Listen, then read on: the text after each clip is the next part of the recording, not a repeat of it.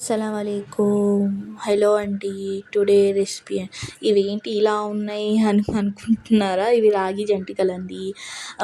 KG రాగి పిండి తీసుకొని మనం జల్లించేటప్పుడు పిండి అంతా పక్కన స్ప్రెడ్ అవుతుంది కదండి. స్ప్రెడ్ అవ్వకుండా ఉండడానికి గ్లాస్తోని ఇలా తిప్పితే పిండి అంతా ఒక గిన్నెలోనే ఉంటుందండి. దాని తర్వాత కేజీ పిండికి ఒక గ్లాసు బియ్యం పిండి అండి. బియ్యం పిండి వేసుకొని మంచిగా జల్లించుకున్న తర్వాత లమ్స్ అవి ఉంటాయి కదండి. జల్లించుకున్న తర్వాత టేస్ట్కి సరిపడా ఉప్పు, 1.5 టేబుల్ స్పూన్ కారం అండి. ఎందుకంటే పిల్లలు కూడా అండి. 1 టేబుల్ స్పూన్ వాము చేతిలో తీసుకొని మంచిగా నలుపుకొని వేసుకోవాలండి.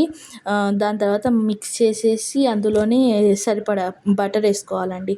మన ఇంట్లో హోమ్ మేడ్ అయినా బయట బటర్ అయినా ఏ బటర్ అయినా సరే బటర్ వేసుకొని మంచిగా 3-4 టేబుల్ స్పూన్ బటర్ పడుతుందండి.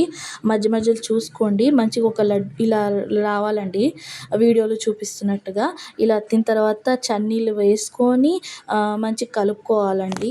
ఇలా కలుపుకొని ఇలా పెట్టుకోవాలి. తడిగుడ్డ పెట్టేసిన తర్వాత ఏదైనా చక్రాలు దానిలో తీసుకొని అందులో అత్తుకోవాలండి. నూనె కాగిన తర్వాత అత్తుకుంటూ ఉండాలండి. అత్తిన తర్వాత మనం బబుల్స్ అన్నీ ఆగిపోయిన తర్వాత తిప్పాలండి.